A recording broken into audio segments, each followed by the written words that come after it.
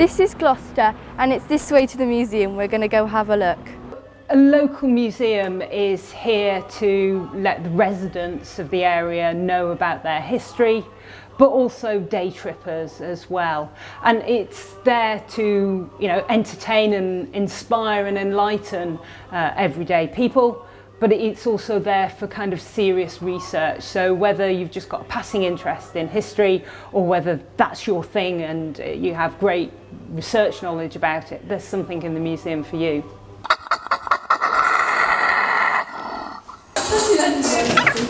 Look, he's cartwheeling.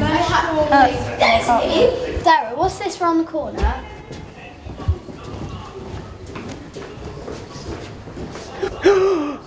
That is the Gloucester table set, and this is the only one in the entire world, and we've got it, not the British Museum. It was played in about the 1100s, 1000s, 1100s. It's a cross between backgammon and chess. It's like a board game. It's the only one in the world, but it also has to be kept under a certain temperature because if it's too dry, it will all crack. But if it's too wet in there, it will go all like soggy and disintegrate. If it's that important, shouldn't it be in the British Museum? It should be in Gloucester because they found it here. This part of the museum is Saxon and medieval, and unlike the Roman galleries that are really wide and spaced out, we've made this one quite cramped and dark, and that was quite deliberate because it mirrors a Saxon or medieval street. In fact, this is a bit wider than they should have been. They would have been a little bit wider than your shoulders, so you're definitely going down them in single file. We've got quite a lot of religious items because that was what Gloucester was famous for in the medieval period. We have chosen the travelling altar because we want to find more information about it, and as you can see there's not a lot and it looks very interesting. What is it for and how do you use it?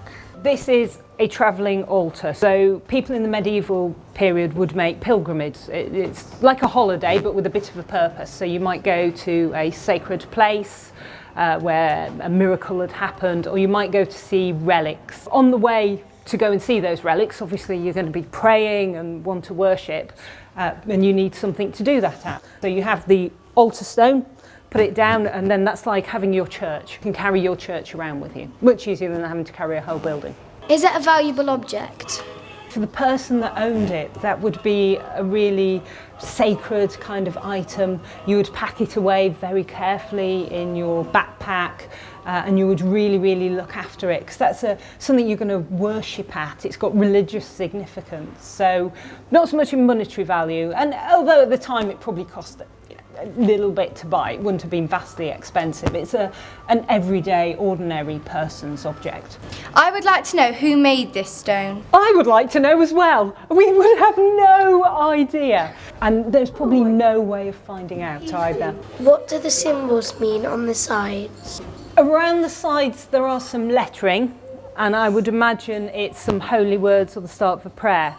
But because they've been rubbed away, because it's about 1,000 years old, again, I can't read them. It's one of the problems with things that are from so long ago. Sometimes we just don't know a lot about them.